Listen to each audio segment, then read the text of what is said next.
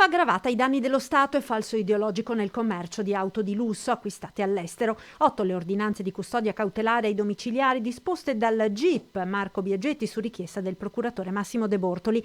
L'operazione della Guardia di Finanza di Treviso, denominata Salone del Lusso, ha portato alla luce uno strutturato gruppo criminale con base operativa nel Trevigiano che acquistava senza pagare l'IVA auto usate da Germania, Francia, Belgio e Spagna. Utilizzando una o più agenzie di pratiche auto, questi signori facevano figurare come se le autovetture fossero state acquistate all'estero direttamente dal cliente. Falsa era la fattura, come l'autodichiarazione del cliente sul pagamento dell'IVA nel paese estero. I documenti venivano poi presentati alla motorizzazione per l'immatricolazione. 500 i veicoli importati con questo sistema per un giro d'affari di oltre 8 milioni e mezzo di euro, dei quali 1,5 milioni di IVA non pagata allo Stato.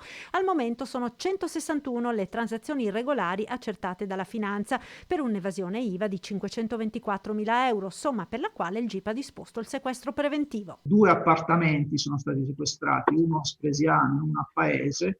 Sui conti correnti somme per circa 53.000 euro. Sequestrate poi 25 auto, ma le operazioni sono ancora in corso. Gli arresti domiciliari sono stati disposti per una donna romena 33enne e 7 uomini, un 45enne padovano professionalmente operativo nella Marca, 5 romeni e 2 albanesi. A capo del gruppo c'era proprio la donna che così si era espressa.